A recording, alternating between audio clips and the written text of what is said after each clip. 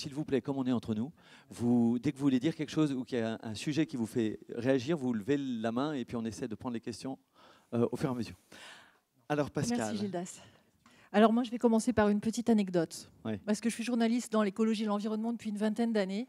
J'avais jamais appliqué de critères de genre. Jamais je m'étais dit les femmes ceci, les hommes cela. Moi je traitais de l'écologie et de l'environnement et de la nature. Un jour j'ai à faire une recherche sur la pensée sur l'écologie et je fais une recherche encyclopédie universaliste. Je tape femme, nature, écologie. Et je prends un premier item qui sort, c'est Rousseau.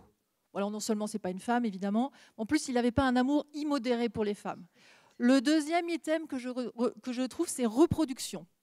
Donc là, ça nous renverra à ce cliché très vite dont on va parler tout de suite, qu'effectivement, les femmes égale la nature, égale la reproduction. Et le troisième item que j'ai trouvé fut mycose. Et là, franchement, ça m'a énervée. On va le dire, ça m'a énervée. Où était Anita Conti, femme océanographe? Où était Janine Bénus, biomimétisme? Où était Rachel Carson, qui était une scientifique américaine qui, avec son printemps silencieux, a réveillé l'opinion américaine? Où étaient ces femmes qui avaient pensé et agi pour la nature? Elles n'étaient pas. Alors, on avait Thoreau, on avait Aldo Leopold, on avait Rousseau, on avait Spinoza, mais où étaient les femmes? Mais les femmes étaient dans la nature, justement. Et j'ai réalisé, alors on a 6 minutes, hein, donc la nature... Vous avez vu comment j'ai... La nature a été un piège pour les femmes, il faut le dire d'emblée. Elles étaient associées... Alors, on peut remonter effectivement à la grande déesse de la féminité du Paléolithique. Vous savez, ces statues où elles sont proéminentes, les gros seins, les grosses fesses, etc. Ça renvoie à une expression d'une divinité ancienne de la terre. Et on peut associer à Ishtar, à Inanna, à Isis, à Gaïa aussi, à toutes ces déesses-là.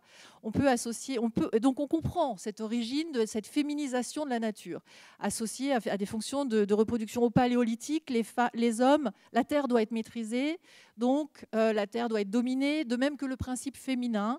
Il y a une agriculture qui naît, mais vraiment je brasse à grands traits là, hein. Excusez-moi, mais je fais vaste. Et ensuite, on a dû effectivement contrôler les femmes, de même que la nature, et une double polarisation est née, qui était à la fois la fascination pour le principe féminin et la nature, et l'effroi. Cette nature pouvait punir, elle pouvait engendrer de l'alimentation et à la fois nourrir. Mais ceux qui ont pensé cette association femmes égale nature, qui nous a emprisonnés parce qu'elle nous a tenus éloignés des lieux d'éducation, on était la nature, donc on n'était pas la culture, et on n'avait pas le droit de se former, de s'éduquer, ni de voter, même quasiment pour les anciens Grecs. C'est les penseurs grecs. Platon dit dans la reproduction, la femme imite la terre. Ben, cette phrase, elle nous a couru après jusqu'à encore très récemment. C'est-à-dire qu'on était identifié à ce principe féminin de la fertilité, associé par une représentation et une construction culturelle construite par des hommes. Et on était associé à cette nature qui soigne, qui nourrit. On était associé au principe de vie et de la mort. Pour les anciens Grecs, on était dans des maisons domus, on était celles qui accompagnaient la vie et la mort, on était poreuses. Et cette notion de porosité qui a créé tant d'effroi, en fait, je pense qu'elle nous est très utile aujourd'hui, dans une phase de transformation et de transition. On est celles qui sont, voilà, on est poreuses, on est au contact de ces fonctions traditionnelles, mais si historiques, qui effectivement sont justifiées. Sauf qu'aujourd'hui, les enjeux, ils sont bien au-delà de cette caricature, et que dans mon livre, moi, j'ai essayé de déconstruire cette association, parce que dans la réalité, les femmes sont souvent en première ligne, et ce thème-là va être abordé par mes collègues.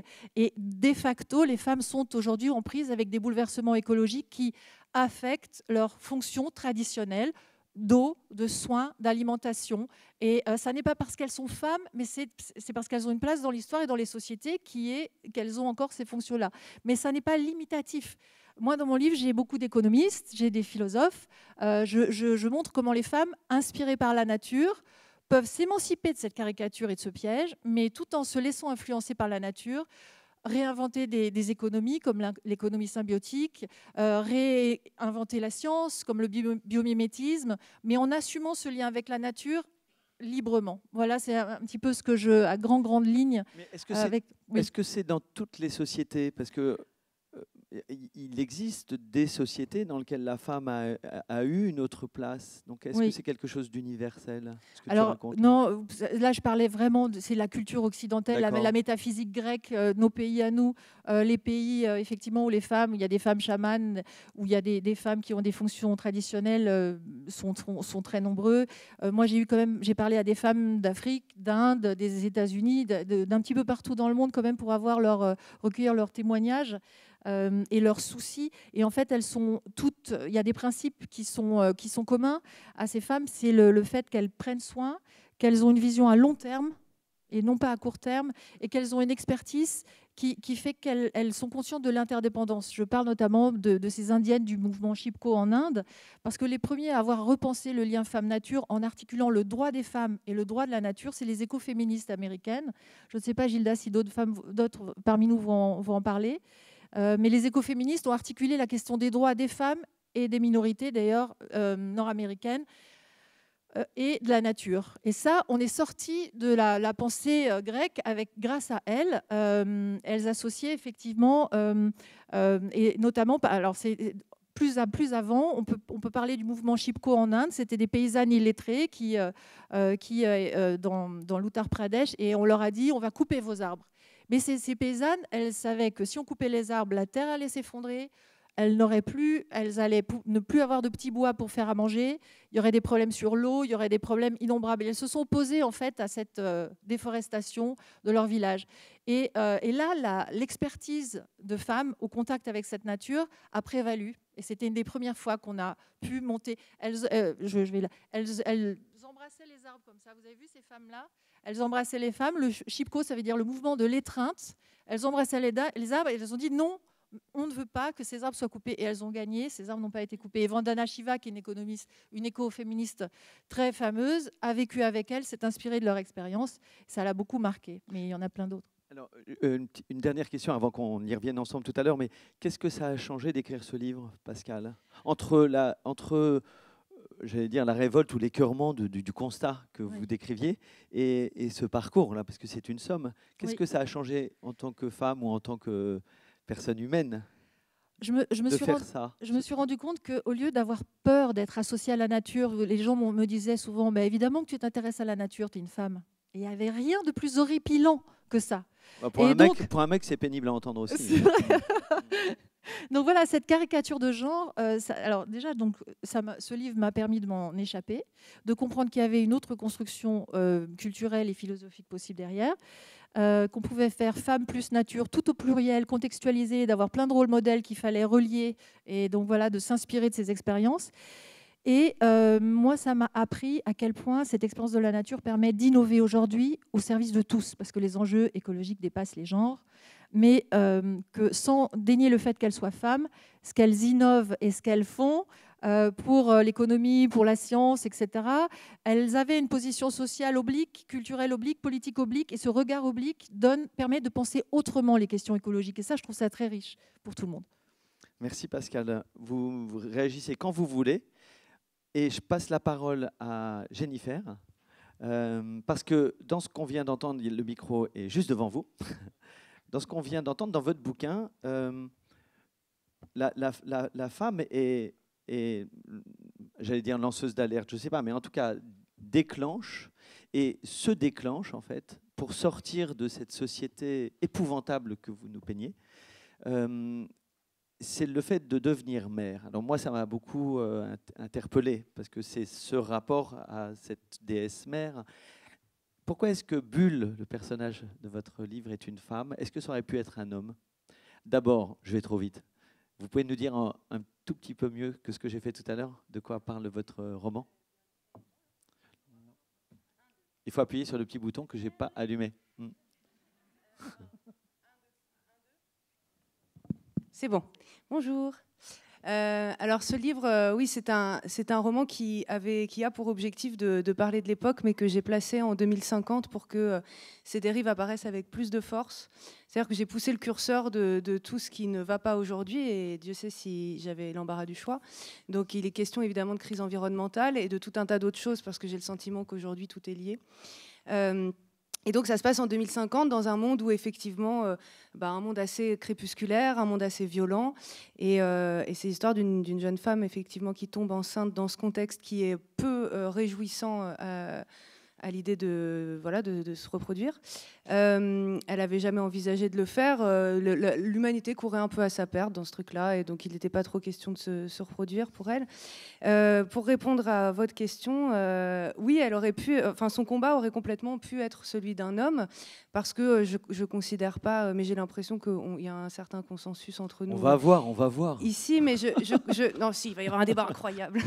Mais non, mais je considère pas que la question écologique soit genrée. Je pense que, un peu comme le féminisme est l'affaire de tous, et que c'est pas un combat de femmes, c'est aussi un combat d'hommes. La question, la lutte pour l'environnement est une lutte on ne peut plus universelle, et qui donc concerne à part égale hommes et femmes. Pour autant, il se trouve qu'effectivement c'est une femme, et que la question de la maternité est assez centrale, parce que ce qui m'a inspiré ce livre, c'est ma propre découverte de la maternité, et le fait que, bien que j'ai été écolo très convaincue et relativement militante, je l'ai dit humblement, mais relativement militante dans mes activités de journaliste et mes activités de tri et de recyclage au quotidien, bien sûr. Bien que j'ai fait tout ça avant de tomber enceinte, quand on a décidé avec mon compagnon de faire un enfant, ça a fait émerger plein de questions, et moi j'étais très inquiète de l'avenir de la planète et de tout ce que ça allait impliquer socialement, humainement. Je me disais que, et je le pense toujours d'ailleurs, ça va être un peu coton quand même. Donc l'idée de faire un enfant était préoccupante. Et pour autant, je me disais, si je renonce à ce projet, ça veut dire que je considère que notre espèce est condamnée et qu'il n'y a plus rien à espérer. Je trouvais ça pas très réjouissant non plus de poursuivre ma vie en pensant qu'il n'y avait pas d'avenir. Et je me disais que l'humanité avait des facultés de sursaut intellectuel, de changement de cap, qui étaient très intéressants auquel je veux croire, et qui était très intéressant à explorer d'un point de vue romanesque. Oui, alors, je repose ma question. Il y en avait 3 dans mais moi, je suis homme et je suis papa. Et je pense que la question que vous posez, je me la suis posée aussi.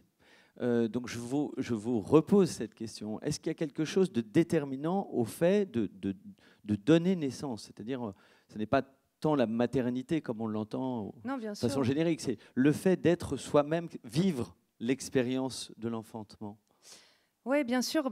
C'est-à-dire que, en plus, moi, je l'ai ressenti même pendant ma grossesse, surtout le début qui est très, très désincarné, très impalpable, où on ne sent pas encore l'enfant, et pour autant il est là, et donc on n'est plus tout à fait soi-même, mais on est. C'est très étonnant le premier trimestre. Et donc, du coup, c'est là, je crois, que toutes les questions jaillissent avec le plus de force, et qu'on ne sait pas forcément y répondre. Et donc, ça crée une confusion assez exceptionnelle.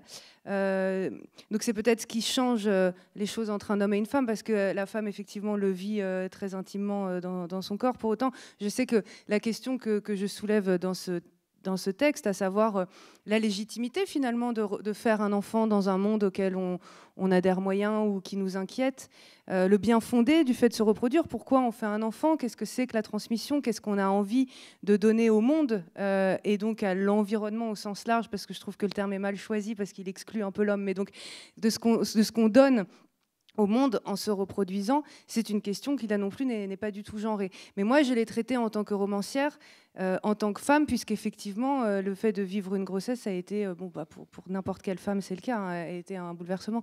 Mais je ne dirais pas qu'il y a une singularité dans le fait de décider de se reproduire pour une femme en soi. En revanche, peut-être qu'elle est vécue dans son corps différemment, et que de fait, ça implique. Vous vous êtes repris tout à l'heure parce que vous avez commencé à dire quand j'ai décidé, et vous avez corrigé, quand on a décidé. Parce que vous m'avez déjà repris. J'avais déjà noté ça, et c'est pas anodin quand même. Non, mais je suis hyper égoïste. Non, mais c'est pas anodin. C'est-à-dire que est-ce que cette décision appartient à la femme pleinement, complètement, et est-ce que ça... Je cherche dans le débat simplement vos positions. Non, c'était un choix très concerté, et c'était une décision commune, et moi je faisais un enfant avec quelqu'un. J'avais vraiment... ça faisait vraiment sens que le père soit cette personne, etc. Et d'ailleurs, ce sont des questions qui sont un peu traitées dans le livre, l'idée de faire un enfant avec quelqu'un, etc. Mais pour autant, c'est vrai qu'au bout du bout, c'est quand même ma décision, et c'est quand même mon corps, et donc de fait... c'est peut-être pour ça que, en effet, quand j'en parle de manière un peu égocentrée. Mais c'est mal. Et on a fait un enfant à deux. Je revendique pas du tout le fait de... Alors, je ne veux pas spoiler, je déteste ce mot, je ne sais pas pourquoi je l'utilise, la fin du bouquin, mais je ne l'ai pas lu et je n'ai pas envie que vous me le disiez non alors, plus. je précise qu'il ne l'a pas fini parce qu'il trouvait ça affreusement chiant. C'est parce que vous n'avez pas eu le temps. Non, Hein, c'est faut le parce que je l'ai préciser. commandé Parce à que mon vous avez dit, libraire j'ai parce que je n'ai pas terminé, acheté sur Amazon et qu'il a mis du temps avant de me l'avoir. Non, la question que je me pose, c'est est-ce que dans votre roman, le fait qu'elle soit femme l'aide à réussir? Est-ce qu'elle est la combattante Elle couche énormément que vous pour sauver attendez, le monde, monsieur effectivement. Hein? Vous voulez dire, est-ce qu'elle couche pour réussir Non, mais pour je sauver le ramène monde ça à la féminité. Non, bien Est-ce que sûr. la féminité donne des armes supplémentaires? Je sais Pour pas. vous. Moi, je la voyais comme une personne, pas tant comme une femme. D'ailleurs, elle n'est pas très qualifiée physiquement. On ne sait pas trop à quoi elle ressemble. Non, en fait, Bulle, pour moi, c'était une combattante. Et le fait qu'elle soit une femme n'était pas si déterminant que ça. Moi, j'aimais bien justement que ce soit pas une question et que d'un coup, d'ailleurs, elle s'improvise leader un peu malgré elle parce qu'elle n'avait pas du tout ce trait de caractère à l'origine où elle s'en pensait pas particulièrement pourvue. Et puis, elle va être obligée, effectivement, pour mener à bien son projet de fédérer autour d'elle, de mobiliser les foules et donc de déployer un charisme dont elle ne se savait pas capable, effectivement. Et donc, peut-être, elle va déployer ce que dans l'inconscient collectif, on peut caractériser de masculin. Mais moi, je ne suis pas tout à fait d'accord avec ce genre d'approche. Donc, moi, je trouve que voilà, c'est une personne avec une ambition, une volonté et le désir farouche d'arriver à ses fins parce qu'elle le fait pour son enfant et pour les enfants des autres et pour quelque chose qui la transcende largement et qui fait qu'à ce moment-là, on n'est plus un homme ou une femme. Elle ne joue pas de séduction, elle ne joue pas de ses sauve son attributs humanité. féminins. Ouais. Et c'est une personne, voilà. Ouais. Merci Jennifer, on Mais va de rien, revenir merci à vers vous. vous tout à l'heure. Et puis on entendra Valérie qui a cherché dans les études de l'ADEME savoir si on avait quelques chiffres sur le fait que les femmes sont plus ou moins, en tant que segment, si on analyse la population française, si elles sont plus ou moins actrices ou combattantes. Merci Jennifer. Audrey?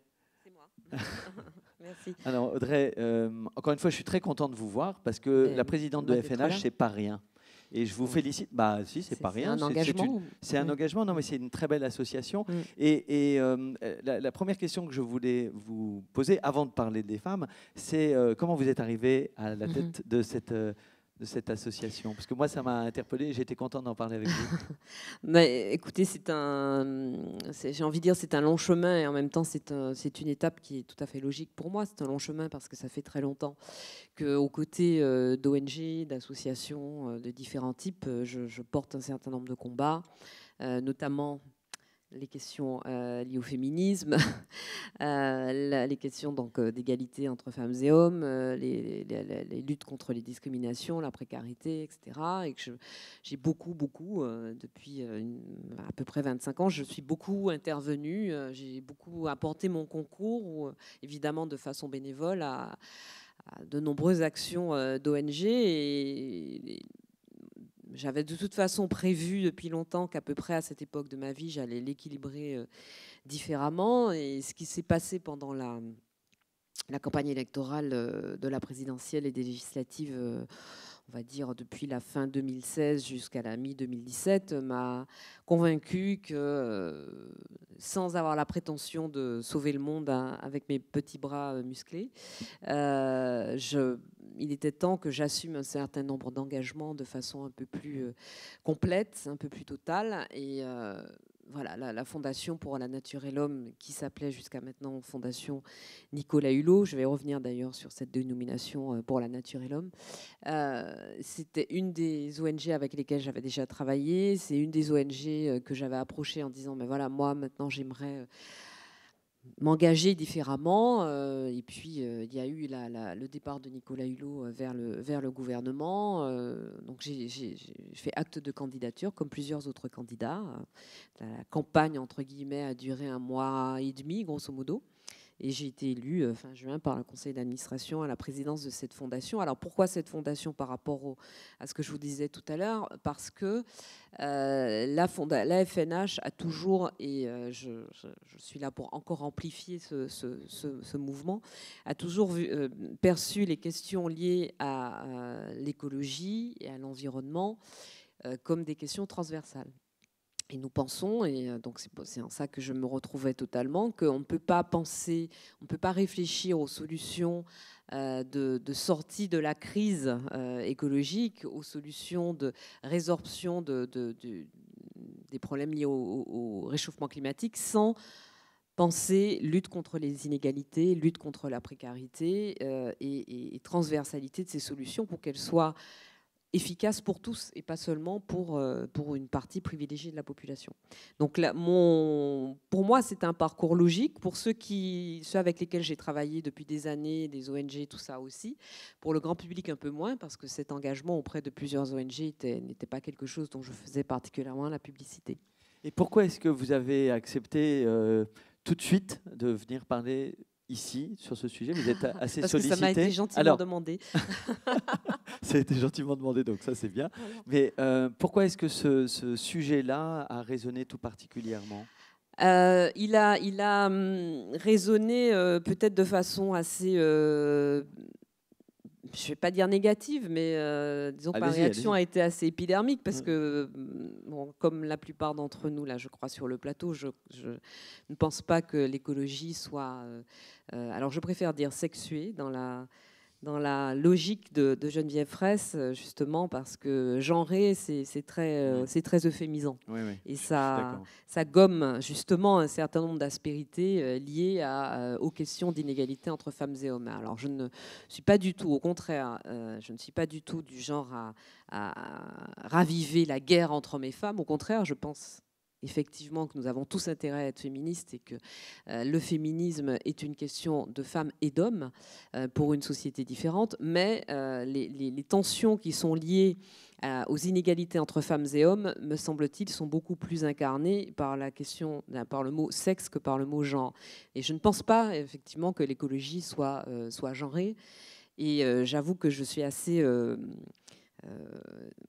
agacée ? Voilà, pas agacée, mais en tout cas stimulée par quand j'entends l'idée de dire que la femme, en tant que femme, serait plus proche de la nature, plus apte à apporter du soin, à être soucieuse de l'environnement, de l'autre, etc., etc. Moi, je crois justement en vrai féministe que la femme est un être humain avec autant de contradictions, de qualités, de défauts, d'inclinaisons que l'homme, et que toutes ces questions-là sont...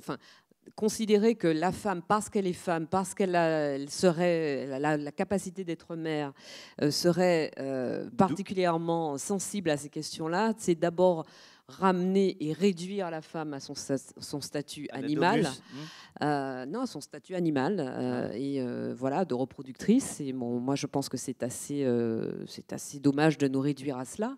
Et puis ensuite, ce serait considérer que l'écologie, c'est seulement une question de soins de l'autre, de nature, de petits oiseaux et de feuilles vertes sur les arbres. C'est un petit peu plus que ça, évidemment.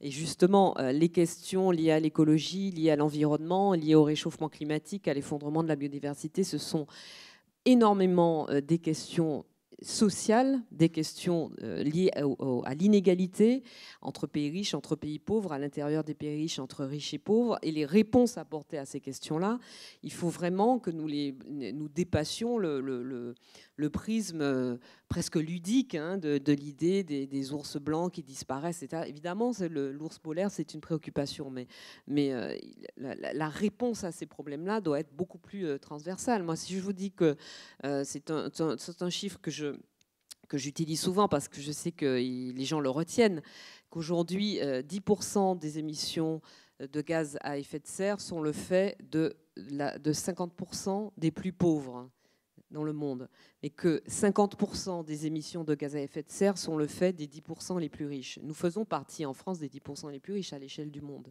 Il y a un indice qui est assez parlant, qui est celui de l'empreinte écologique par hectare, le HAG. Aujourd'hui, vu la population qu'il y a sur Terre, on devrait être à une moyenne, à un indice d'HAG d'1,7 par habitant sur Terre, quel que soit l'endroit de la Terre où nous nous trouvons. Or, on est déjà à 2,3 en moyenne. Donc, le jour du dépassement dont on nous a parlé au mois d'août, c'est tous les jours. C'est tous les jours qu'on est au-delà des ressources que la Terre pourrait nous fournir. Mais cette moyenne de 2,3, évidemment, elle recouvre un certain nombre de disparités. Au Malawi, l'empreinte, elle est de 0,7. Aux États-Unis, elle est de 10. Et on passe de quasiment du simple au décuple en parlant d'un pays pauvre et d'un pays très riche. Donc nous avons une responsabilité en tant que pays riche par rapport aux pays pauvres. Nous avons une responsabilité, si nous avons la chance de faire partie des mieux dotés dans nos pays riches par rapport aux plus pauvres. Et ces questions-là, me semble-t-il, ne sont pas féminines ou masculines.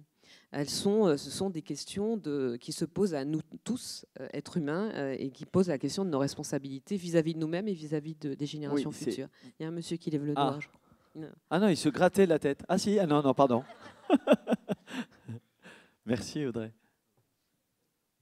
Non mais je pensais pas avoir été repéré aussi si. de manière voit aussi. Elle voit tout. Oui, non, mais je suis complètement d'accord avec tout ce qui a été dit. Toutefois, dans le rapport, enfin comment dirais-je, dans l'aspect sexué des problèmes de rapport à l'écologie de manière générale, j'en ai au moins un ou deux en tête. C'est par exemple dans notre pays, en France, oui, c'est le rapport à la mobilité. On sait par exemple en banlieue parisienne que 60, je crois, à l'ordre de grandeur, mais je crois que c'est à peu près ça, entre 65 et 70% des usagers des bus sont des usagères. C'est-à-dire que quand dans un couple, il y a une voiture, le monsieur prend la voiture et la dame se tape le bus pendant des heures, etc., etc.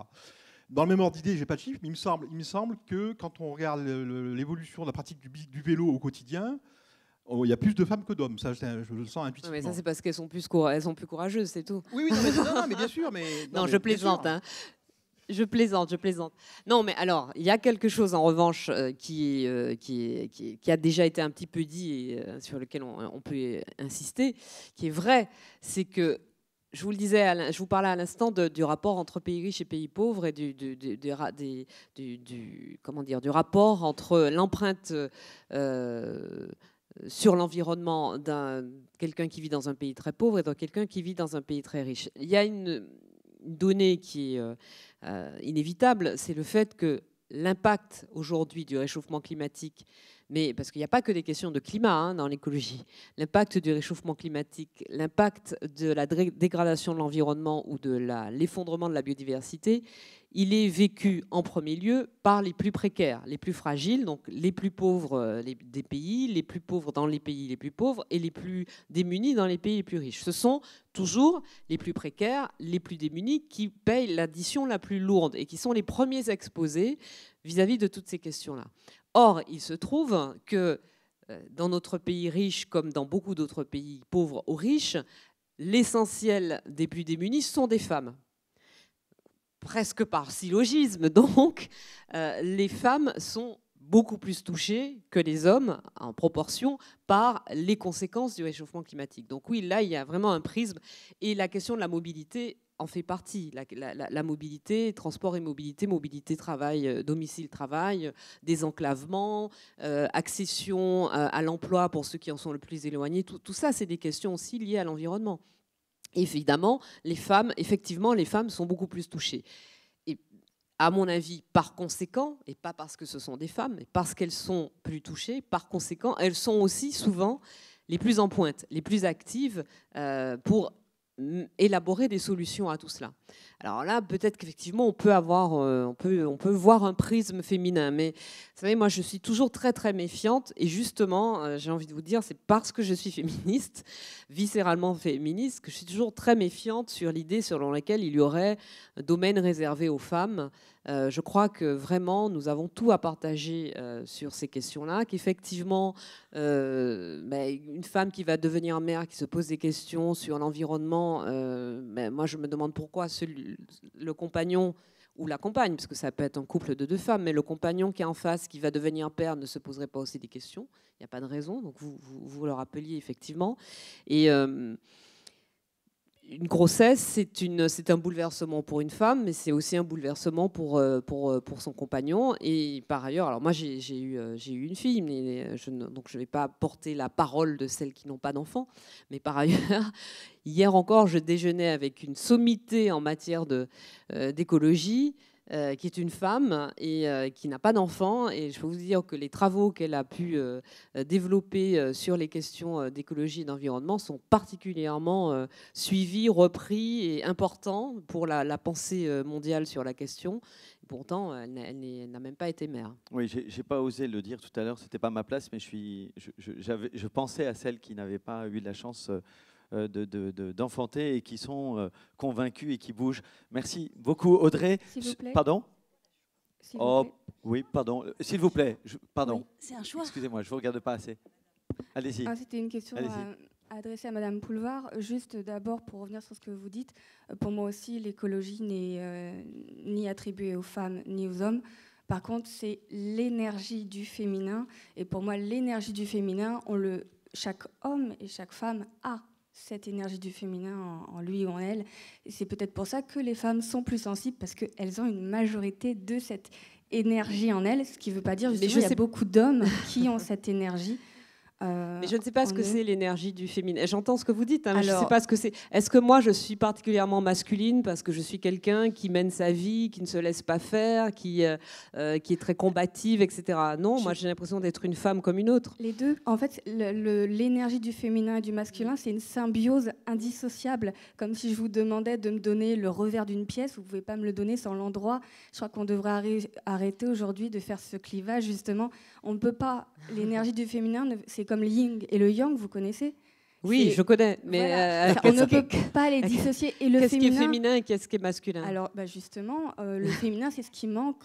C'est intéressant, le lien avec l'écologie sur cette planète. C'est l'écoute, l'empathie, la lenteur, le long terme. C'est tout ça, c'est nourrir. Le féminin, c'est les mamelles. Pour moi, c'est tout ça.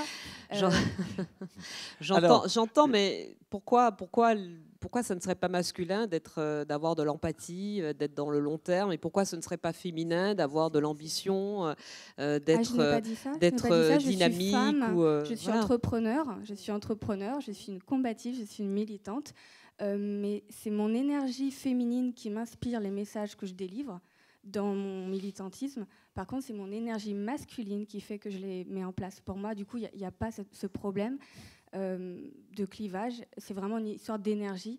La question que je voulais vous adresser, c'est par rapport à votre fondation, La Nature et l'Homme. En fait, en tant que blogueuse, je diffuse beaucoup de vos actions. Je fais partie de la team Jaji. Et du coup, j'étais en train de faire une vidéo et à un moment, j'ai dit oui, la fondation La Nature et l'Homme. Et là, je me suis arrêtée et je me suis dit, oh, non, quand même pas. Alors, je vais vous expliquer ce qui s'est passé. Alors d'abord, le débat, on peut l'avoir pendant des heures et je pense qu'on ne va pas tomber d'accord parce que je ne vois pas en quoi. Oui, et puis moi, je serais très embêtée. Ce serait plus féminin d'être empathique et plus. Que ce soit une question d'énergie ou pas, mais pourquoi on cataloguerait l'énergie féminine dans l'empathie, dans le long terme, dans le calme ou dans le goût de l'autre, et l'énergie masculine justement dans l'énergie, dans l'ambition, dans l'envie d'avancer. Voilà. Mais on peut en rediscuter par la suite. Alors, pour la Fondation pour la Nature et l'Homme, donc je réponds. La Fondation Nicolas Hulot s'appelle depuis le début Fondation Nicolas Hulot pour la Nature et l'Homme. Donc déjà, c'est dans ses statuts. Il aurait fallu changer les statuts. Non, nous avons enlevé le nom Fondation Nicolas Hulot, puisque Nicolas Hulot n'est plus à la Fondation et que par ailleurs, il a des responsabilités ministérielles. On a gardé Fondation pour la Nature et l'Homme, parce que changer Fondation pour la Nature et l'Homme en Fondation pour la Nature et l'Humain, ça nous aurait déjà obligé à un changement pas un changement de statut, mais un changement dans notre organisation qui peut paraître anecdotique, mais qui était assez complexe à mettre en œuvre. Et en même temps, c'était très pratique pour nous de garder ce Fondation pour la Nature et l'Homme, puisque, encore une fois, depuis 27 ans, la Fondation s'appelait Fondation Nicolas Hulot pour la Nature et l'Homme, parce que, devinez quoi, ça fait FNH comme FNH, Fondation Nicolas Hulot. Et étant une... Nature et l'humanité. Mais ce que je vous expliquais, c'est que c'était pas si simple que ça de passer de Fondation pour la Nature et l'Homme ou Fondation pour la Nature et l'Humain ou Fondation pour la Nature et l'Humanité. Étant une ONG dépendant notamment des dons de particuliers, mais aussi des dons d'institutions publiques. D'ailleurs, l'ADEME fait partie de nos partenaires et on s'en félicite. On a pensé que c'était plus utile d'utiliser les fonds sur des actions concrètes plutôt que les sommes astronomiques qu'il aurait fallu engager pour changer le payer logo des agences pour changer le logo, réimprimer pour changer le nom, pour tout réimprimer, pour changer la raison sociale. Ça aurait coûté un bras et je préfère mettre cet argent-là dans des actions concrètes. Merci Audrey. Une réponse de Pascal quand même sur le point que vous évoquez. Sur le féminin et le masculin, il faut dire quand même longtemps que cette dichotomie dont vous parlez, elle nous a été imposée par des hommes. Je l'ai rappelé tout à l'heure à grande ligne, mais c'est une pensée qui a été construite culturellement. Et aujourd'hui, je pense que là où les écoféministes américaines nous ont libérés, c'est avec cette culture du « et ». C'est-à-dire qu'on n'est plus obligé d'opposer raison et intuition. On peut, les mêmes d'ailleurs, nous partager que nous sommes entre masculin et féminin, comme vous le disiez, être parfois dans l'intuition et parfois dans la raison. Autorisons-le. On n'a plus Platon sur le dos en permanence. Les féministes matérialistes françaises n'ont pas été de grands secours pour moi. Quand je me suis adressée vers elles pour leur demander comment elles avaient pensé le lien femme-nature, en espérant avoir des témoignages, elles ont préféré nier les deux, à la fois le féminin et la nature. Je le dis sans avoir votre expérience du féminisme, mais chez les féministes, en fait, le mot nature renvoyait systématiquement à l'essentialisme. Et moi, j'essayais d'en sortir. Et le féminin était nié. Voilà, longtemps, elles ont été obligées de prendre l'apparence masculine. Et on les comprend. Elles ont gagné des combats dont on bénéficie aujourd'hui.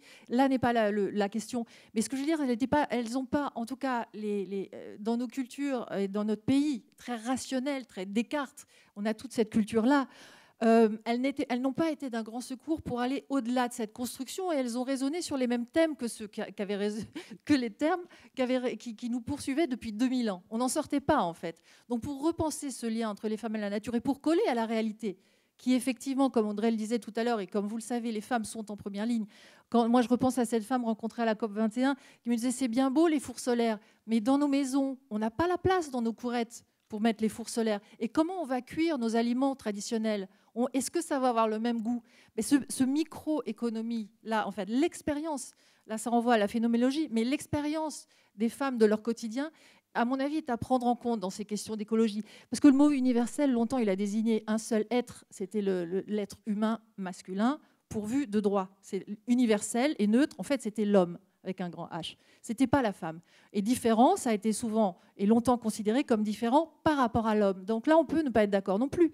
On peut avoir une différence, mais pas forcément par rapport à un référent masculin. Et c'est vrai que ce livre m'a rendu un petit féministe, dans le sens où je pense qu'il faut revaloriser l'expérience des femmes, leur donner davantage de représentativité dans les instances de décision, notamment sur le changement climatique, parce que leur expérience du quotidien est utile pour chacun.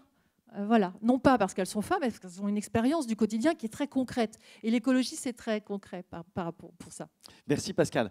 Je vais essayer de reprendre un tout petit peu le contrôle de ce moment délicieux. J'ai vu deux mains se lever. Je vous donne la parole juste après, parce que ça complétera peut-être, Emmanuel. Oui, c'est OK ? Je peux me contenir. Hein, j'ai appris Sauf si c'est vraiment, si c'est un cri. Si c'est un cri, je vous en prie. C'est un cri, mais je peux me contenir. Allez-y, allez-y. J'ai beaucoup de tristesse à vous écouter. J'ai une grande tristesse à vous écouter en tant que femme. Non, mais pour l'instant. Pourquoi J'ai une grande tristesse parce que je pense qu'il y a quelque chose d'évidemment une particularité physiologique qui joue. Aller tout le temps nier la puissance du corps pour favoriser la puissance du mental, moi j'en ai marre. Et je pense qu'il y a une alliance entre le mental et le corps qui est très importante. Alliance corps et culture. Et dans la culture, on a vécu une puissance et une domination masculine sur le devant de la scène qui nous a fait développer des compétences sur l'arrière de la scène qui sont très importantes et qui a nié notre propre puissance. Mais aller dans un lissage homme-femme, où en fait le féminisme serait absolument l'égalité et la ressemblance, je trouve il y a quelque chose je me permets par rapport à ce que aussi disait cette dame en fait, où il y a eu quelque chose comme une acceptation vers un lissage et où le mental va prendre le dessus sur des spécificités, des particularités, où on voudrait en fait que ça n'existe plus. Pour moi, le féminisme ne veut pas dire la ressemblance. Quelle horreur! Alors, merci. Je suis désolé de cette tristesse. On va essayer de faire en sorte que ça soit plus heureux dans la suite de nos échanges. J'entends quand même un point qui est intéressant, qui est peut-être dû au sujet qui nous a été donné et qui oblige quand même à positionner un angle dans le temps qui nous est imparti et qui va plutôt dans le sens que vous notez, je suis d'accord, c'est-à-dire d'abord de se dire non mais ça n'est pas une question de sexe et c'est peut-être le premier trait. On va aller voir la suite dans nos échanges, Emmanuel, si vous le voulez bien. Surtout qu'on a Valérie Martin de l'ADEME. Et moi, j'ai une question, parce que Valérie s'occupe de communication. Et quand on parle de communication, moi, c'est mon métier, travailler sur, et vous aussi, à travailler sur comment sont reçus les messages de la Fondation, des pouvoirs publics, sur l'environnement, sur l'écologie, comment sont lus les livres. Comment est-ce qu'on reçoit les choses quand on est une femme, qu'on n'est pas comme ça, nous, des experts, des sachants, se retrouvant à Courbevoie pour faire... Quand on est quelqu'un dans sa vie et qu'on est une femme, est-ce qu'on reçoit différemment les messages? Et alors, là où j'étais très heureux de notre conversation, on se connaît bien avec Valérie, c'est que l'ADEME travaille techniquement sur des solutions, c'est une boîte d'ingénieurs, l'ADEME, l'Agence de l'environnement et la maîtrise de l'énergie, mais aussi sur les imaginaires, le comportement, qu'est-ce qui se promène derrière. Alors, c'est ma question pour lancer le truc. Est-ce que quand on s'adresse aux Français, quand on leur parle de trier ses déchets ou d'équiper son habitat pour qu'il soit plus efficace énergétiquement, est-ce qu'il y a une différence entre les hommes et les femmes? Est-ce qu'il y a quelque chose qui se passe là? Peut-être qu'on peut repartir. Ouais. Bonjour tout le monde d'abord. Je pense que c'est un sujet intéressant parce que c'est vrai qu'à l'ADEME, en tant qu'agence constituée majoritairement d'ingénieurs, l'intégration de toutes les réflexions autour des sciences humaines et sociales, elle ne s'est pas faite nécessairement naturellement. Elle s'est faite plus tardivement, c'est ça. Et donc ça fait à peu près une dizaine d'années qu'on a maintenant des sociologues notamment qui font partie des équipes et même des équipes les plus techniques. Et donc on a des ingénieurs qui petit à petit ont une évolution par rapport à une approche plus technologique. Parce que forcément à l'énergie, il y a beaucoup de problématiques technologiques dedans et il ne faut pas le nier. En revanche, si on veut faire changer durablement les modes de vie, les pratiques, les usages, forcément ça s'étudie tout ça. Parce que ça ne suffit pas de le décréter, il faut évidemment l'accompagner. Et on ne parle pas de la même façon à tel ou tel type de groupe d'individus.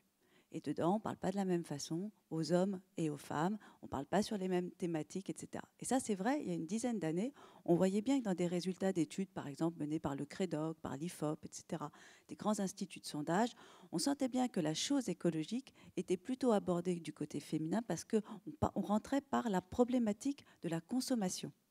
C'était assez intéressant, c'est-à-dire qu'on ne rentrait pas nécessairement par la problématique dans son angle transversal, mais plutôt sous l'angle de la consommation.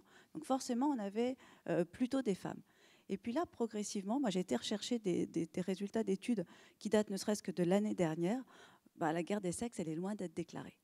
Et donc en particulier, alors j'ai allé chercher, on a posé des questions sur, alors rassurez-vous tout de suite, sur la place du changement climatique. En gros, par rapport aux autres préoccupations, ça correspond à peu près à 5% des préoccupations, même si c'est la préoccupation environnementale la plus importante parmi l'ensemble des préoccupations environnementales. Mais bon, par rapport à ces préoccupations donc, liées à l'environnement, quand on leur pose la question de la qualité de l'air, est-ce que vous jugez que la qualité de l'air est bonne ou mauvaise?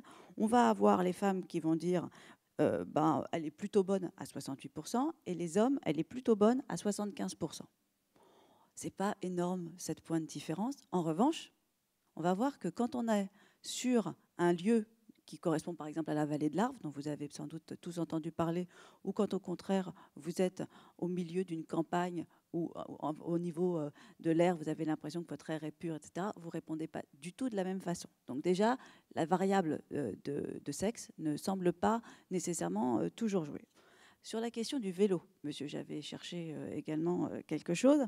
Alors, on leur demandait, pour remédier à la situation par rapport à la qualité de l'air, qu'est-ce qu'il faudrait faire? C'est plutôt les hommes qui disent qu'il faudrait mettre en place des situations liées au vélo, parce que peut-être ils prennent plus naturellement leur vélo pour se déplacer. Quand vous avez 2 enfants, quand vous avez, ou 3, à fortiori que vous devez sortir la carlingue, le machin, le truc, la carriole, etc., c'est déjà beaucoup moins aisé. En revanche, les femmes sont plus nombreuses à dire il faudrait limiter la vitesse en centre-ville. Vous voyez, c'est intéressant par rapport à tout ça. D'autres choses sur la qualité de l'air intérieur, je suis sûre que ça vous ferait sourire. Là, les femmes, elles identifient davantage que les hommes tout ce qui est source interne.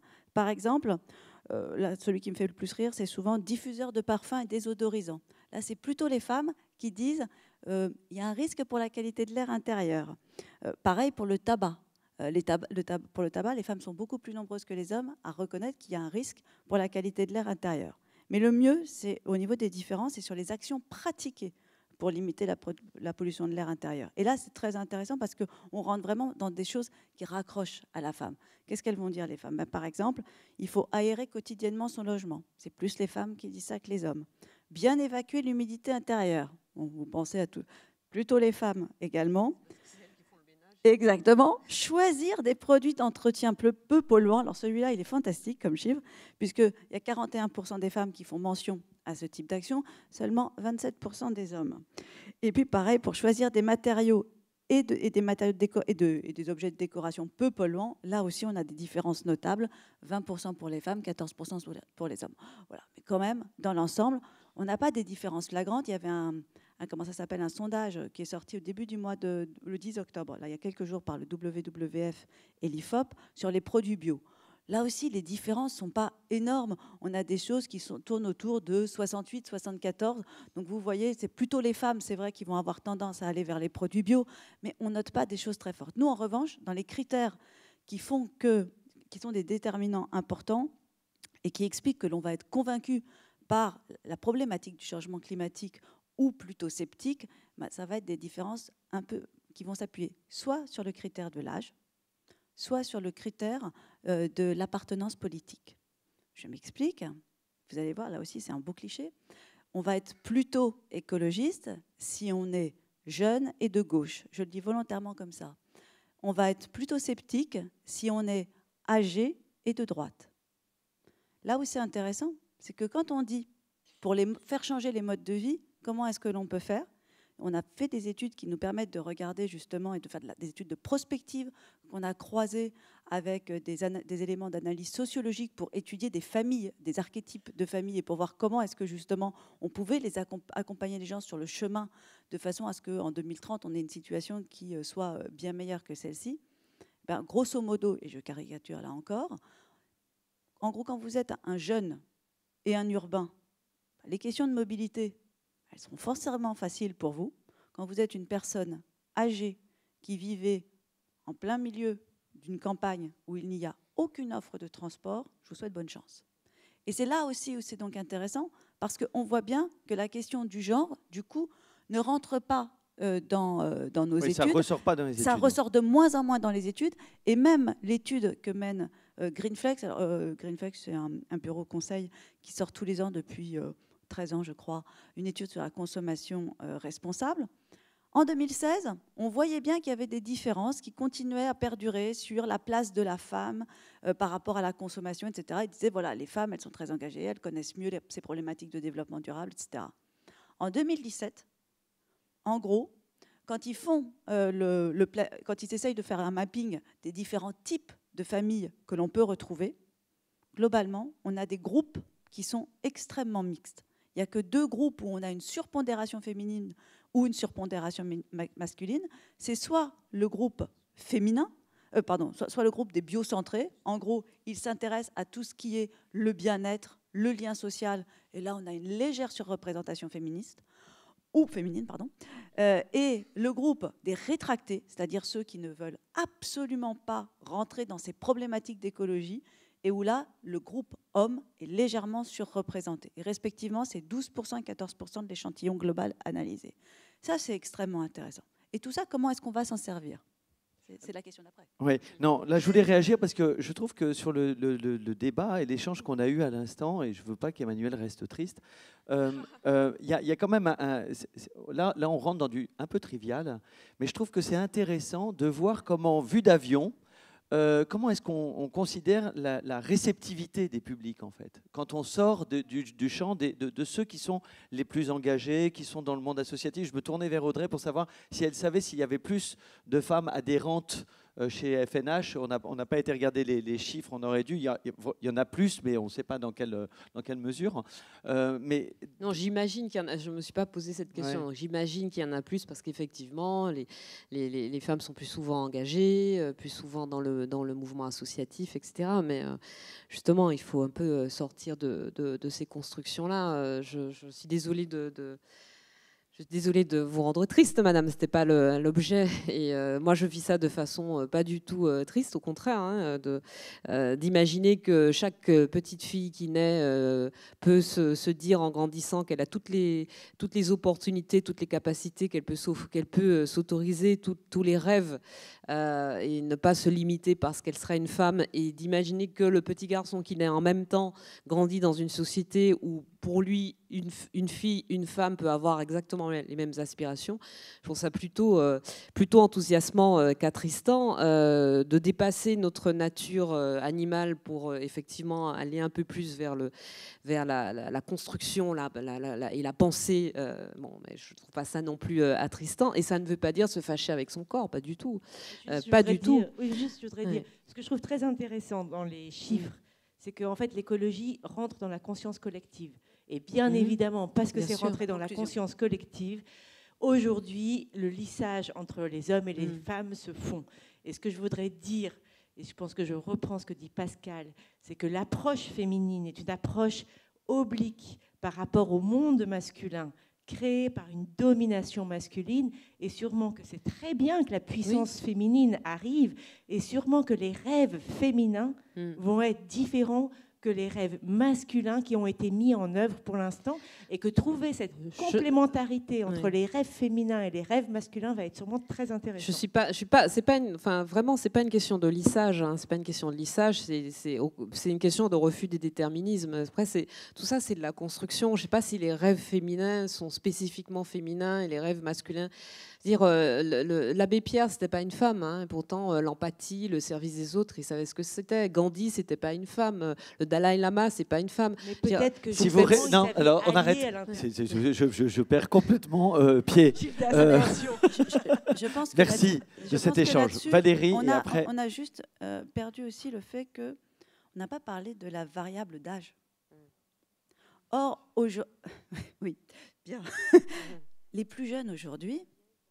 C'est extrêmement intéressant de voir cette conscience, et je pense que Jennifer aussi, tu le dis, un meilleur partage, un meilleur équilibre au niveau des choses qui sont en train de bouger. On ne peut pas avoir une parole universelle, et je pense que c'est une des erreurs peut-être que nous, au niveau de l'ADEME, personnellement, on a fait, c'est qu'on a voulu faire une communication universelle sur l'histoire de l'écologie. Ce n'est pas nécessairement ça. Il y a des choses très différentes selon qu'on habite dans nos sociétés dites développées ou dans des sociétés qui sont en plein développement. Moi, j'avais été extrêmement touchée par un film de Rodney Rascona qui s'appelait Black Inside, qui était justement sur l'histoire de ces femmes qui cuisinent à l'intérieur de leur maison, qui s'encrassent les poumons, etc., où les petites, elles sont obligées d'aller chercher le bois extrêmement loin, et donc où elles sont déscolarisées, etc.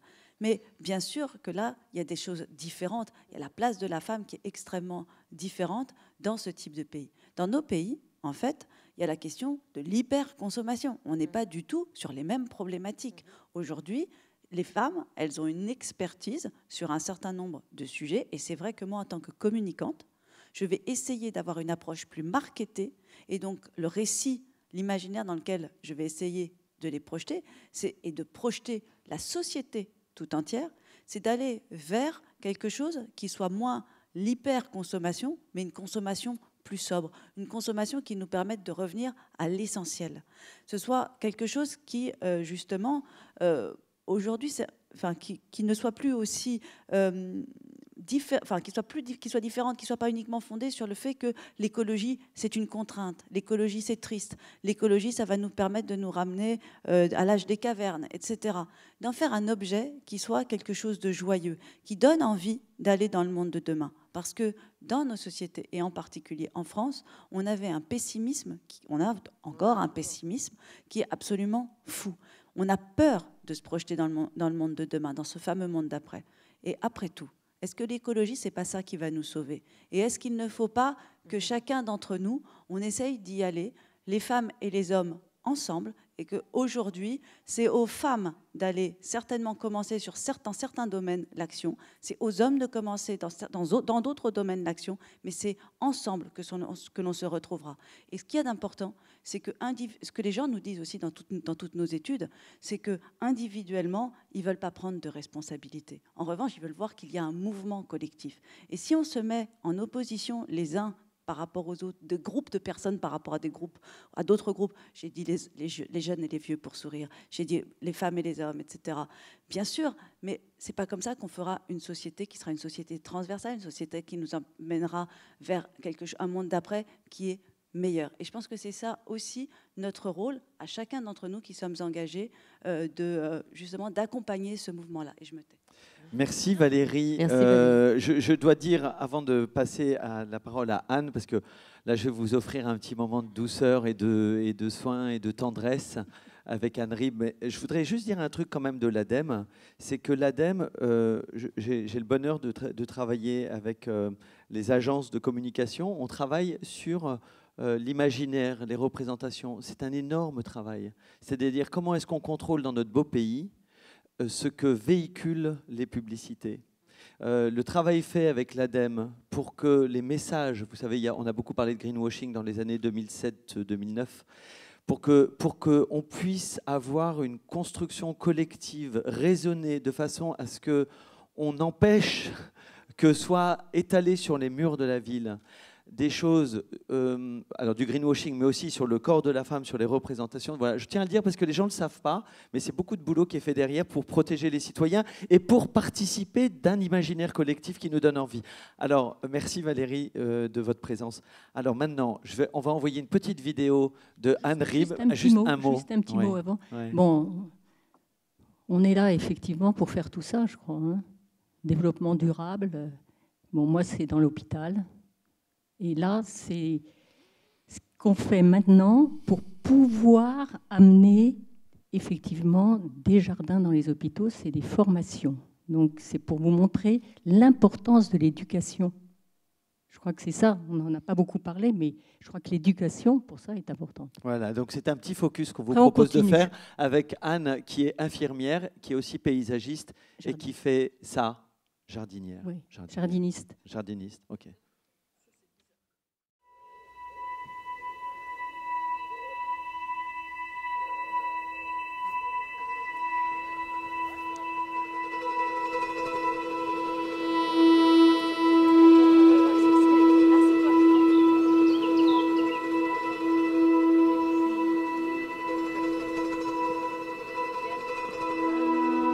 Alors on va s'installer.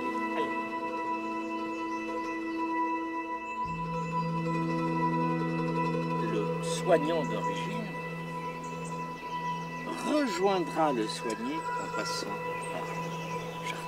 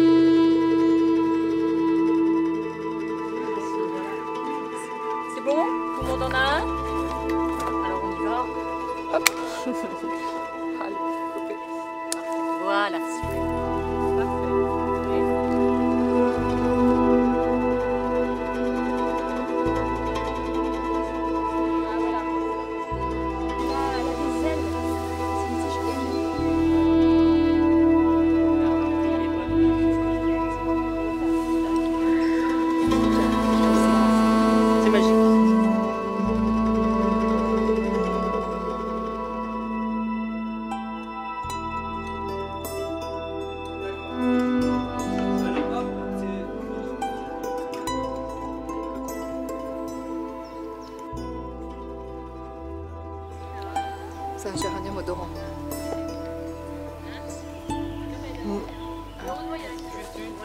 Oui. On va aller.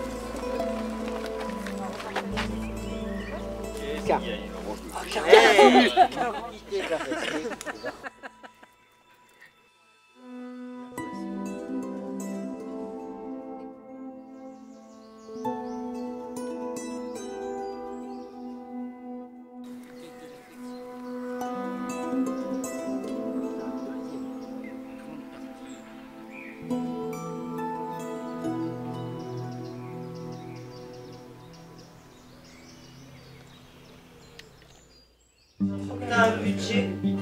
Alors justement, je vais vous expliquer. Je repars les yeux pleins de couleurs, le cœur léger, mais avec une certaine responsabilité aussi. Cette notion de partage, Anne et son mari m'ont ouvert l'esprit sur cette notion de partage au jardin. Par exemple, ce qu'on a vécu ce matin, ça c'était important pour moi parce que l'autisme, je ne connais pas du tout. Et du coup, ça m'a permis de rentrer en contact avec les enfants et en fait de me rendre compte que tout simplement c'était des enfants avant tout. Et donc ça me rassure dans cette démarche d'aller vers les gens différents.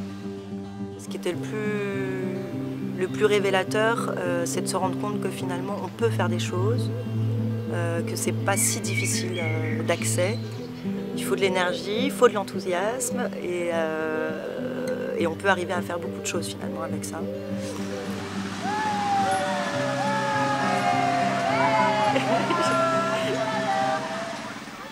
Heard you say, meet you in the long grass, something good at long last, and we're away.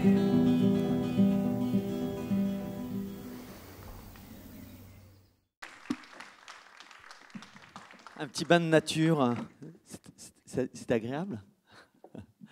Qu'est-ce que c'est, Anne? Alors, c'est l'endroit où j'habite. Voilà. C'est pas mal.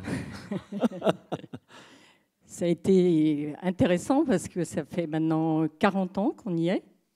Et quand on l'a pris au début, effectivement, alors justement, dans ce livre, j'explique un peu tout ça, cette approche. Parce que je vais vous raconter un petit peu quand même ma vie. Déjà petite, j'ai toujours adoré soigner. Peut-être plus que mes frères, effectivement, hein, si on veut revenir au débat. Mais j'ai toujours aimé. Voilà. Donc, je trouvais que... Et je voulais être nurse. Donc, il y a nurse, nursing, c'est en anglais, c'est la même chose, c'est le même nom. Voilà. Donc, après, j'ai eu la chance de rencontrer un homme avec lequel j'ai décidé de faire un enfant. On a décidé. On en a discuté, on en a décidé. Mais c'était avec lui que je voulais. Avant, l'idée d'enfant, bon, mais c'était avec lui. Et après, ce qui s'est passé, on est tombé sur ce lieu extraordinaire qui était à l'abandon depuis 20 ans. Et on est tombé dessus et on a dit, ça y est, on fait ça. C'était dans un état catastrophe. Voilà.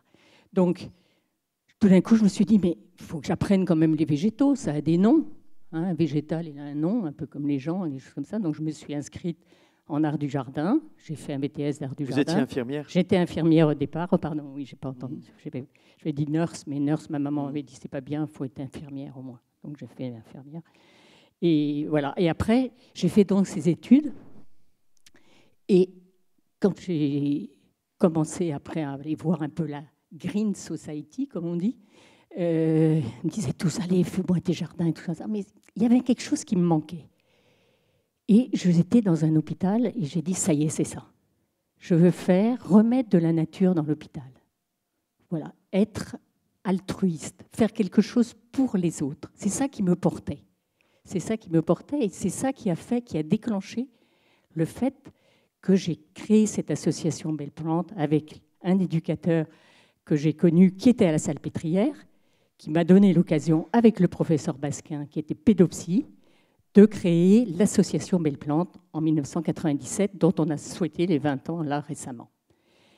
Donc ça a été le départ, c'était de comprendre, de enfin trouvé, comme on dit aux États-Unis. C'est aussi grâce un peu aux États-Unis où j'avais été faire des recherches, où il y avait déjà des jardins dans les hôpitaux, dans les choses comme ça, dans les maisons de retraite, dans les choses comme ça. Ils ont même un diplôme à l'université depuis longtemps. Ça s'appelle l'ortithérapie. L'ortithérapie, voilà. Et horticultural thérapie, c'est aux États-Unis, ça fonctionne, c'est très bien. Et si vous voulez, maintenant, en France, j'ai créé l'association Belle Plante pour justement divulguer l'art du jardin au point de vue thérapeutique, artistique. Donc ce qu'on voyait là dans le film, les stagiaires, ce sont des soignants. Alors, ce sont des soignants. Vous avez formez. vu, il y avait effectivement plutôt des femmes. Ça arrive qu'il y ait des hommes quand même, de temps en temps. Mais on a plutôt effectivement des femmes. Mais on a 2 éducateurs quand même. On a l'éducateur et mon mari qui parlent aussi. Donc, on a un peu de masculin qui est là. Mais c'est vrai que c'est plutôt les femmes pour l'instant. Quoique dans les hôpitaux, ça commence un peu parce que souvent, il y a des jardiniers, souvent, il y a des infirmiers, des gens comme ça. Il y a des directeurs surtout qui se prennent un petit peu, qui disent un peu, oh là, il faudrait faire quelque chose parce que vraiment, ça ne va pas à la maison. Là. Voilà. Donc, pour vous dire qu'à partir de là, l'association Belle Plante, on a bien défini ce qu'on voulait. C'est-à-dire que dans ces lieux comme ça, c'est des lieux où on a besoin de remettre de la nature, du vivant, et on arrive au développement durable, qui est à l'actualité en ce moment. C'est-à-dire que remettre du vivant dans ces lieux qui sont tellement bétonnés, aseptisés, où tout le monde est à l'intérieur, où on ne sort pas, parce qu'il n'y a pas à quoi sortir. Donc là, j'ai créé effectivement à la Salpêtrière, dans un service de pédopsychiatrie, avec des autistes, un jardin, et depuis 20 ans, j'y vais tous les jeudis.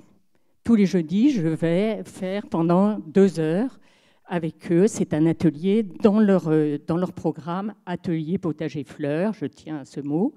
Et on a 50 mètres carrés à la Pitié-Salpêtrière, qui a quand même 33 hectares. Et on me dit, tu as déjà de la chance. Je dis, d'accord.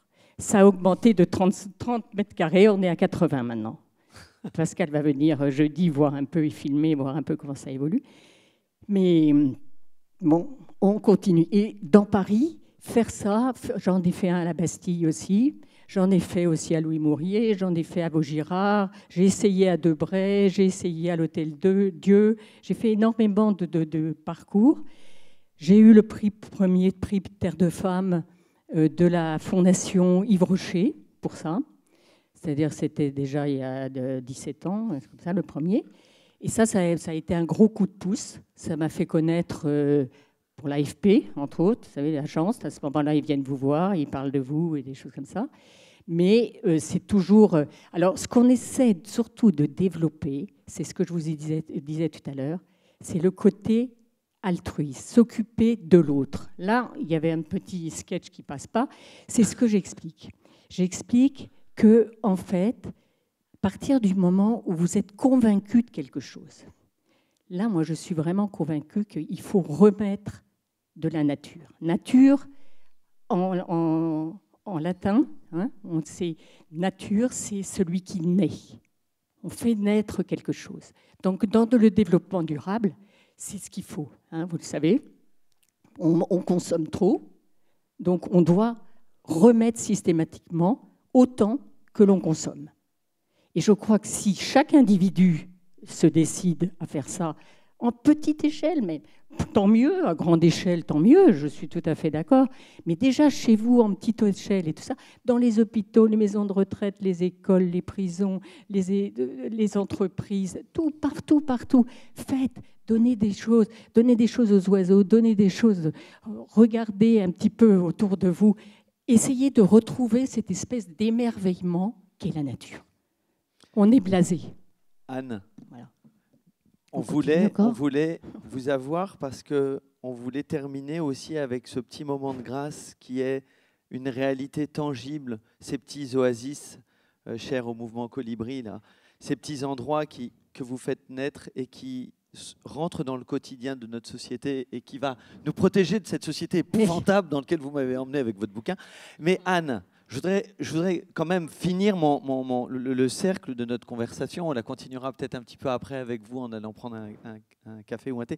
Mais on revient un peu à la domus au territoire de la femme décrit tout à l'heure. On est un peu avec la sorcière et ses plantes. Est-ce qu'on n'est pas en train là de... La fée, hein. Oui, la fée, ok. Non, mais parce que c'est intéressant aussi, c'est-à-dire que vous nous renvoyez en écho une réalité qui fonctionne aussi. Peut-être que vous parliez, mademoiselle, tout à l'heure de... Oh, il paraît que j'ai plus le droit de dire mademoiselle. Madame, tout à l'heure... Si, mon damoiseau. Vous disiez tout à l'heure cette espèce d'énergie féminine. Peut-être que là, on la remet aussi dans sa réalité tangible. Mais est-ce que si vous aviez été un homme, et s'il n'y avait pas eu Jean-Paul, Anne, est-ce que ça change quelque chose? Est-ce que vous auriez été un homme, ça aurait été différent comme histoire? C'est ce que je vous disais au téléphone. Ce n'est pas des questions que je me pose. Non, mais c'est la question de notre débat. Ça. Je vis, j'assume, je suis féminine, je suis femme, j'ai peut-être été homme dans le temps, j'en sais rien. Voilà, je me sens bien. Et c'est pas des questions.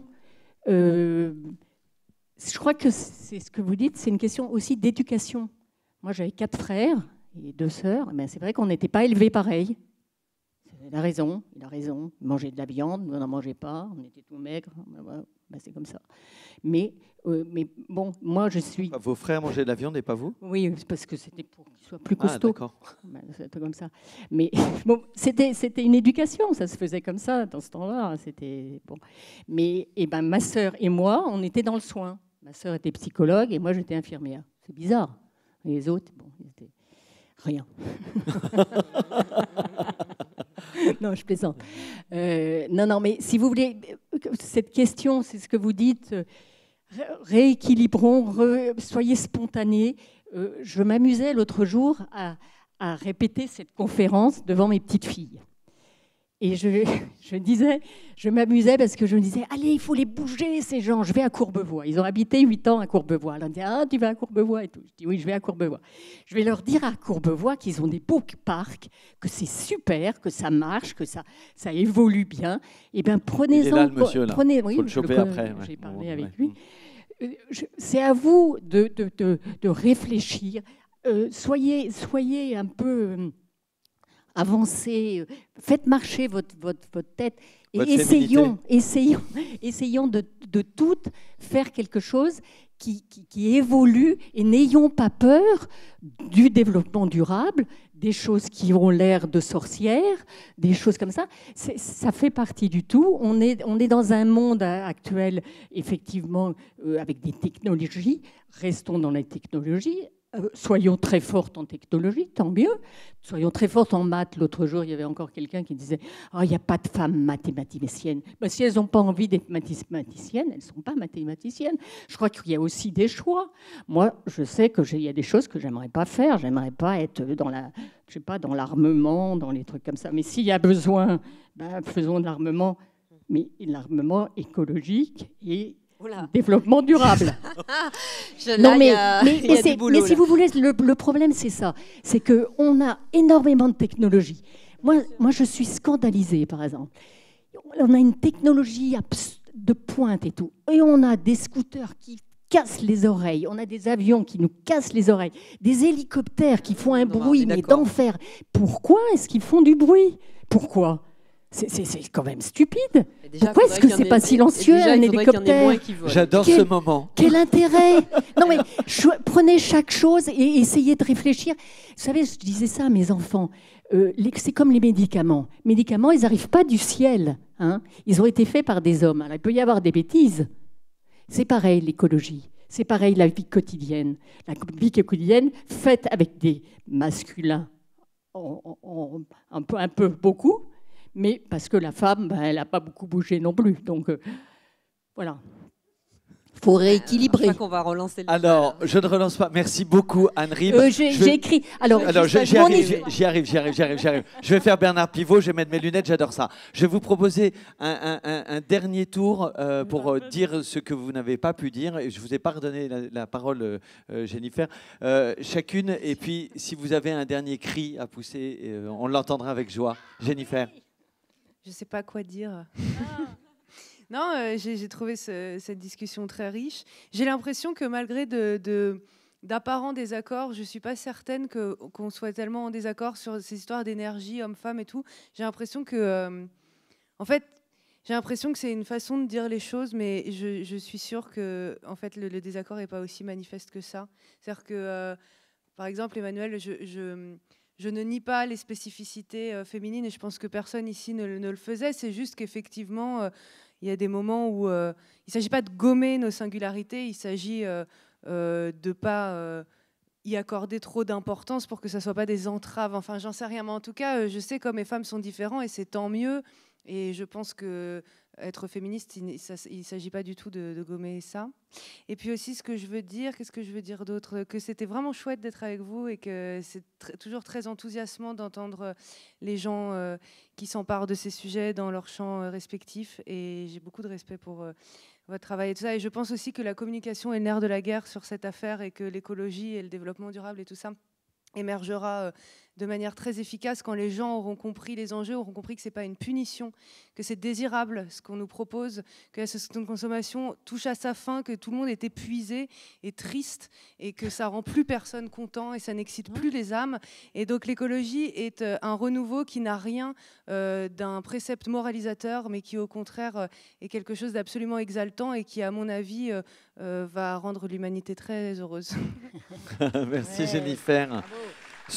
Alors, j'adore faire Bernard Pivot, mettre mes lunettes et dire que son bouquin s'appelle La désobéissante. Et j'hésite à regarder Macron ce soir ou le terminer. Je vais voir. Je ne sais pas. Honnêtement, je doute. C'est chez Robert Laffont. Voilà. Merci beaucoup, Jennifer. Merci à vous. Audrey. Alors, un peu dans la continuité de ce que vient de dire Jennifer, oui, il faut arrêter d'imaginer l'écologie ou les questions liées à l'environnement comme des questions sombres. Et surtout, ce que je n'aime pas du tout, c'est l'idée d'une écologie... Enfin, pas l'idée d'une écologie punitive, mais le concept, hein, le fait que quand on parle d'écologie, quand on dit aux gens il va falloir faire des efforts, il va falloir être un peu plus partageur et tout, qu'on vous réponde c'est de l'écologie punitive. Vous savez, la punition, elle est aujourd'hui pour les 800 millions de personnes qui sont en situation de sous-nutrition ou de malnutrition dans le monde. La punition, elle est pour les 3 milliards d'individus qui aujourd'hui vivent avec moins de 2 euros par jour, enfin survivent avec moins de 2 euros par jour. On prend souvent le ratio du 1 dollar par jour ou 1 euro par jour, hein, à quelques centimes d'euros près, qui concerne effectivement à peu près 900 millions de personnes. Mais si vous passez simplement à survivre avec 2 euros par jour, et je ne suis pas sûre qu'ici beaucoup d'entre nous pourraient le faire, eh bien ce sont 3 milliards de personnes qui sont concernées. La punition, elle est pour les 11 millions de personnes en France qui sont en situation de précarité énergétique. Elles sont pour les 3 millions de chômeurs longue durée en France qui sont très éloignés de l'emploi, du marché de l'emploi, qui sont dans des situations où aller leur parler effectivement de vélo ou de multimodalité quand ils ne peuvent même pas se déplacer pour aller suivre une formation, eh bien, la punition, elle est pour eux. Et la punition, elle est déjà en activité, elle est déjà à l'action dans le système tel qu'il existe aujourd'hui. Donc ce que proposent les écologistes, c'est d'imaginer effectivement une société moins dure aux miséreux, pour reprendre la phrase des escaliers de la butte, la chanson de Montmartre, un monde moins dur aux miséreux, un monde plus partageur, plus équitable et dans lequel finalement un plus grand nombre d'entre nous aille mieux. Je trouve ça quand même beaucoup plus positif que le constat qu'on pourrait faire de la situation aujourd'hui. Et alors si vous vous demandez, parce que Anne a parfaitement raison, il nous faut mobiliser chacun nos énergies pour changer tout cela, si vous vous demandez comment faire, eh bien, je vous incite à vous rapprocher des ONG, pas seulement de la FNH, hein, allez sur les sites de toutes les ONG, associations du coin. On a tous des propositions d'engagement concret à vous faire. Et alors, singulièrement pour la FNH, je ne suis pas en train de vous demander de l'argent, pas du tout, mais simplement... Non, mais même pas du tout. Simplement, mademoiselle ou madame, madame parlait tout à l'heure de J'agis pour la nature, qui est un programme effectivement défendu par la FNH. Vous allez sur le site FNH, vous tapez, vous verrez J'agis pour la nature. C'est très simple. Nous recensons sous cet onglet J'agis pour la nature toutes les des actions qui, dans votre ville, dans votre quartier, dans votre région, mobilisent des énergies au service de la nature. Donc ça peut être aller nettoyer un parc public, ça peut être une action de solidarité envers les plus démunis, ça peut être aller curer une rivière, ça peut être aller, comme j'ai fait avec Mountain Riders il y a 15 jours, à la mer de glace, nettoyer le glacier. Voilà, ce sont des actions que vous pouvez faire avec vos enfants, avec vos voisins, avec vos amis, ces actions très concrètes, en général très positives, qui créent du lien et qui ne coûtent pas cher, mais qui donnent beaucoup, qui rendent beaucoup service et qui permettent de concrétiser ce que nous disait Anne à l'instant sur le fait de mobiliser nos énergies. Merci beaucoup Audrey Pulvar, et ça nous rend joyeux. Voilà. Pardon, à vous Anne. Merci beaucoup. Moi Oui, Anne. À moi. Ouais. Ah, chic. Alors moi, ce que je disais tout à l'heure de l'altruisme. En plus, quand vous faites ça avec des jardins, vous avez des fraises et vous avez des courgettes, l'avantage. Et c'est bon. Donc, je vous conseille de faire ça avec des jardins. Et quand je vois quelqu'un de la mairie ici, faites des potagers, faites des choses que les gens puissent venir avec. Il y a des mouvements entiers qui est écrit « Servez-vous ». Vous mettez les légumes, les gens viennent, ceux qui en ont besoin, des choses comme ça, c'est important. Une autre chose, il ne faut quand même pas oublier non plus que... ne faut pas faire de l'intensif, oh là là, le potager, on y va et tout, non. Un petit haïku, cool, comme dit Gilles Clément, faire le plus possible avec le moins possible. Et puis un haïku japonais que j'adore, immobile, fermez les yeux si vous voulez, assise, excusez-moi, pas assis, assis si vous voulez, sans rien faire, le printemps vient, l'herbe pousse. Merci Anne Rib. Si vous voulez acheter son bouquin, il est là, on peut le trouver juste après. Merci. Pascal. Alors moi, j'ai intitulé le sous-titre de mon livre. Gildas, tu peux le lire? J'ai pas mes lunettes. Si. Ouais, j'adore. Des femmes, de la nature et du réenchantement du monde. Et du réenchantement du monde. Donc c'est très important pour moi aussi.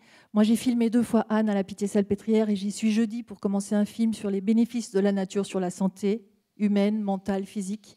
Et c'est très touchant de voir à quel point des enfants enfermés dans leur monde, tout d'un coup, quand ils goûtent une framboise, quand ils se voient dans une flaque, quand ils pataugent dans la bouillasse, sortent de cette prison emmurement grâce à la nature. Anne est une, comment dirais-je, une fée et elle fait l'intermédiaire entre la nature et les humains. Et la nature a ce pouvoir-là aussi. Moi, Wangari Maathai m'enchante quand elle va planter des arbres et qu'elle fait revenir l'eau et qu'elle fait revenir une économie locale et qu'elle instaure la paix entre les communautés. Elle a eu le prix Nobel de la paix pour ça. Janine Benyus m'enchante quand elle s'inspire des animaux pour réinventer l'économie, la science et s'inspirer des peaux de requin pour le TGV japonais. Elle m'enchante pour ça. Elle m'enchante toutes ces femmes qui innovent. Et Isabelle Delannoy, quand elle réinvente l'économie et qu'elle théorise une économie qui rend à la nature ce que les hommes et les femmes lui prennent, ce que les hommes avec un grand H lui prennent, elle m'enchante aussi. Donc cette idée voilà, d'enchantement et ce qui me tient à cœur, Emmanuel, c'est la réhabilitation aussi du corps et de l'esprit, de l'intuition et de la raison, et de s'autoriser les deux. Effectivement, et ça c'est vraiment pour nous, c'est extrêmement libérateur et très porteur dans l'action et dans l'imaginaire. Merci voilà, beaucoup. Merci. Pascal Derme, sœur en écologie, des femmes, de la nature et du réenchantement du monde. Merci. Valérie. Peut-être cette table ronde, moi aussi j'étais très fière d'y participer et c'est vrai qu'un petit mot ce serait de dire laissons parler notre enfant intérieur. Aujourd'hui, très souvent, on est dans un carcan de bien-pensance, etc. On a peur de faire des choses qui ne sont pas comme voilà, la société voudrait qu'on les fasse, etc. Et je pense que quand on parle d'écologie, il faut d'abord la faire sortir des cercles habituels où on en parle. Ça ne doit pas rester quelque chose d'expert écologiste, pas du tout. En chacun d'entre nous, il y a matière, il y a du terreau qui est extrêmement riche et qui peut permettre de développer des nouvelles solutions. Et c'est là où c'est important. Et je trouve que justement, dans ce cadre-là, le rôle de chacun et de chacune d'entre nous, c'est bien sûr de créer ces cercles, de pouvoir développer des nouvelles solutions, de pouvoir les partager. Aujourd'hui, on ne partage pas suffisamment toutes ces formidables expériences qu'il peut y avoir, qu'elles soient faites par des personnes connues ou par des personnes moins connues. Et plus on amènera ces problématiques d'écologie au sein même de nos problématiques quotidiennes, plus on en fera quelque chose qui est la référence, qui fait que c'est naturel, entre guillemets, sans jeu de mots, de se préoccuper de ces questions-là. Et c'est à cette condition, à mon avis, qu'on arrivera à aller vers ce monde meilleur. Merci beaucoup, Valérie Martin. Alors, attendez, j'ai une page de pub, parce que je suis un publicitaire. C'est quoi ma page de pub? Oui, j'ai un blog qui a été fait le 1er octobre, là, qui est sorti. Vous pouvez venir chercher un papier, parce que c'est un peu compliqué. Ça s'appelle Belle plante, au pluriel, jardindesoins.wordpress.com. Vous avez tous noté, sinon vous venez, je vous donne un papier. Merci beaucoup, j'espère que vous avez passé un bon moment et on a été très heureux de vous avoir avec nous. Merci beaucoup.